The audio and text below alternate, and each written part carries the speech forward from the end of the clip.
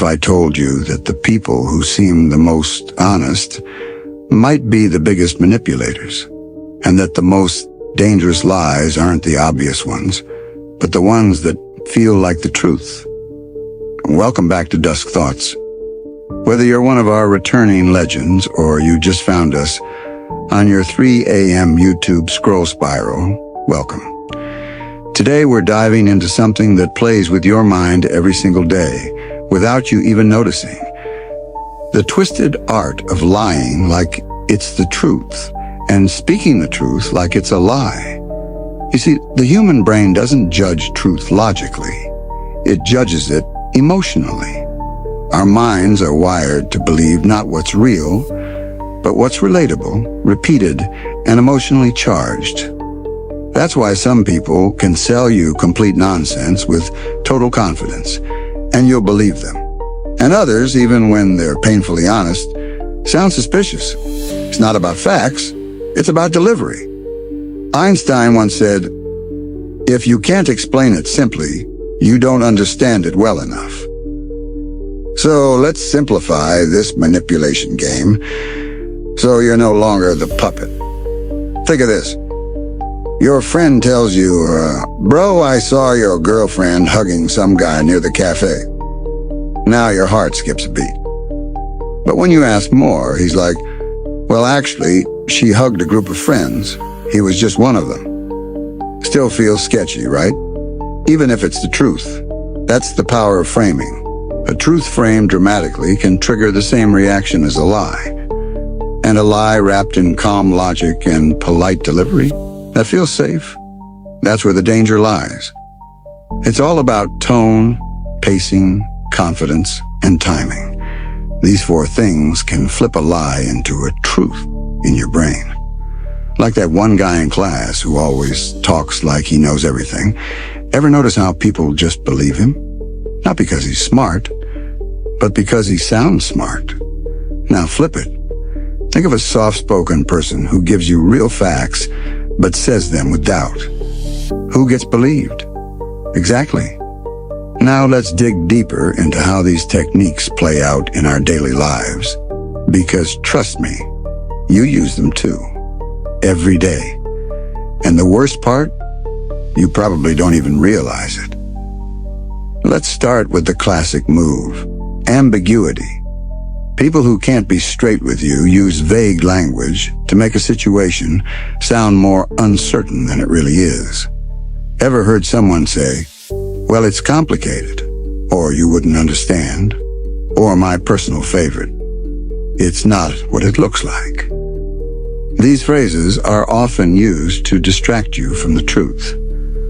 But when it's said with the right mix of concern and mystery, your mind starts filling in the blanks. And often, those blanks are filled with worse assumptions than the reality. Here's a life example. Imagine you're on a date and your date says, "I've been through a lot lately, so I don't really know how I feel." Now, if you're like most people, your brain doesn't register that as, "I'm not sure about you yet."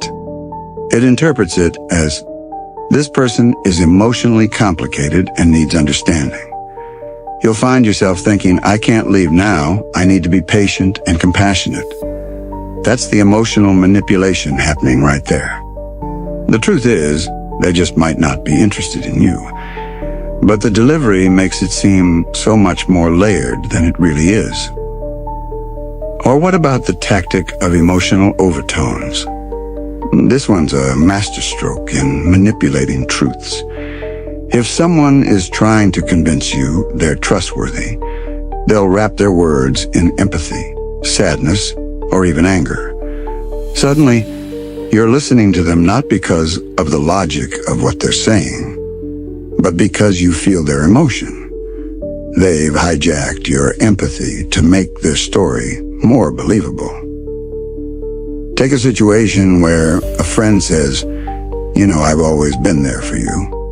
And when I needed you, you weren't there for me. I thought we were closer than this." What's happening here? They're not directly accusing you of anything, but by tying in an emotional appeal, They've shifted the focus from the actual issue to how you should feel guilty. It's a subtle form of manipulation. All right, let's keep going. This next one is a classic move that manipulative speakers use to twist the truth without you even knowing: the power of repetition.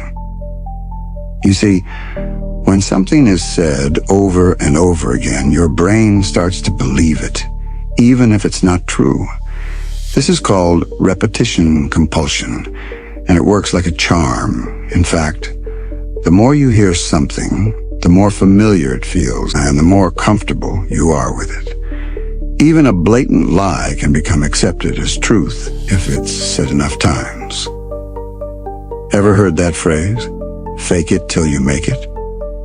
That's not just some motivational quote. It's a subtle manipulation technique. If you say something confidently and consistently, people will start associating your certainty with truth. You don't need facts, you need consistency. Think about it. Politicians, marketers, and even social media influencers do this all the time. Repeating a narrative, even if it's misleading, can convince people that it's real. Take this example. Let's say someone continuously says, "I'm not good at relationships." It's repeated so many times that others start to believe it. But is it the truth? No. Maybe they just had a few bad experiences. Yet over time, they've conditioned others to accept their belief as fact. This repetitive storytelling influences the way others perceive them. They've created their own reality simply through repetition. Now here's where it gets interesting.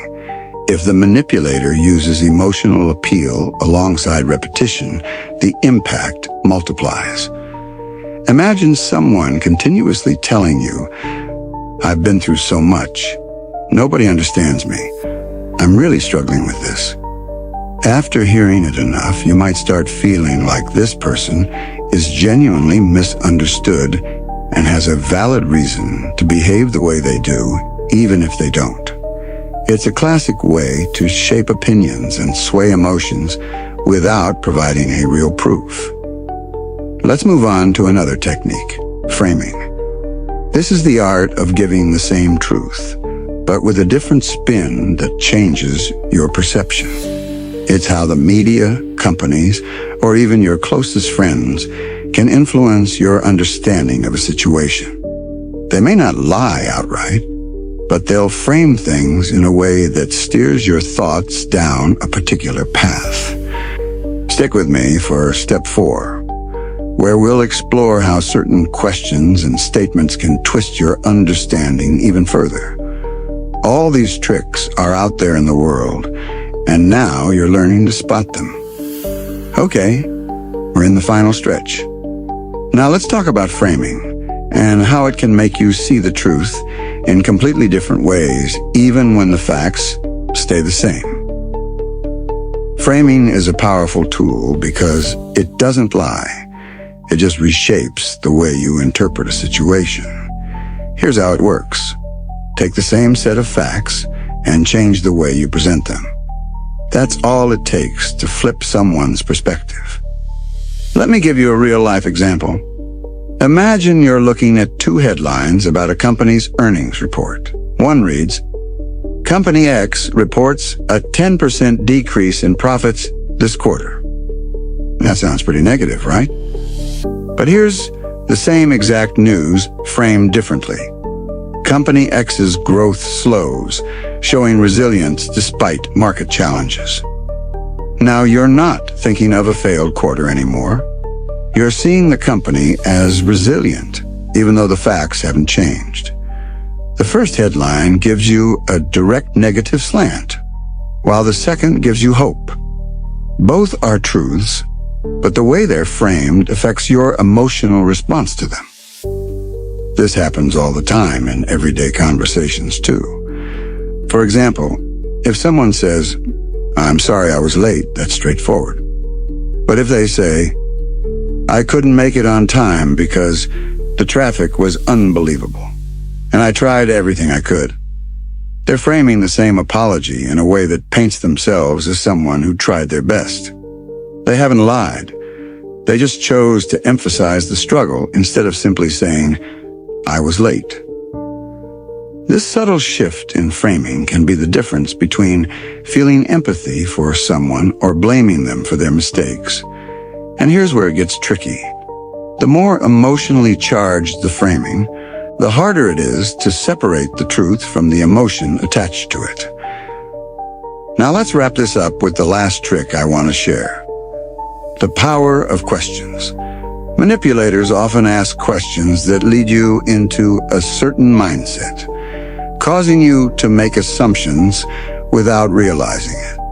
For instance, instead of telling you, "I think you're being unreasonable," they might say, "Don't you think you're overreacting to this situation?" Notice how the question itself makes you second-guess your own response. It subtly shifts the responsibility onto you and makes you doubt your judgment.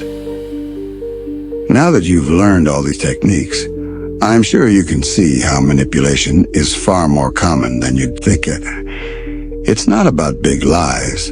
It's about small shifts in perception that slowly alter the truth in your mind. But before I leave you hanging, let's go to the final step where I'll give you the wrap-up, and you'll know exactly what to do with all this newfound knowledge. All right, here we are. The final step. You've learned about the subtle manipulation of truth and lies through techniques like ambiguity, repetition, framing, and the power of questions. Now, the real question is, what can you do with this knowledge? First off, become aware. The first step in protecting yourself from manipulation is knowing it exists.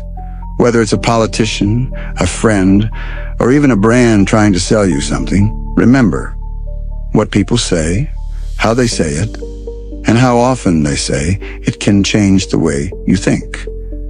The truth doesn't always look like the truth when it's framed in a certain way. So pay attention to the context in which you're hearing things. Question the emotional tones behind statements and always challenge repetition. Just because something is said over and over doesn't mean it's right.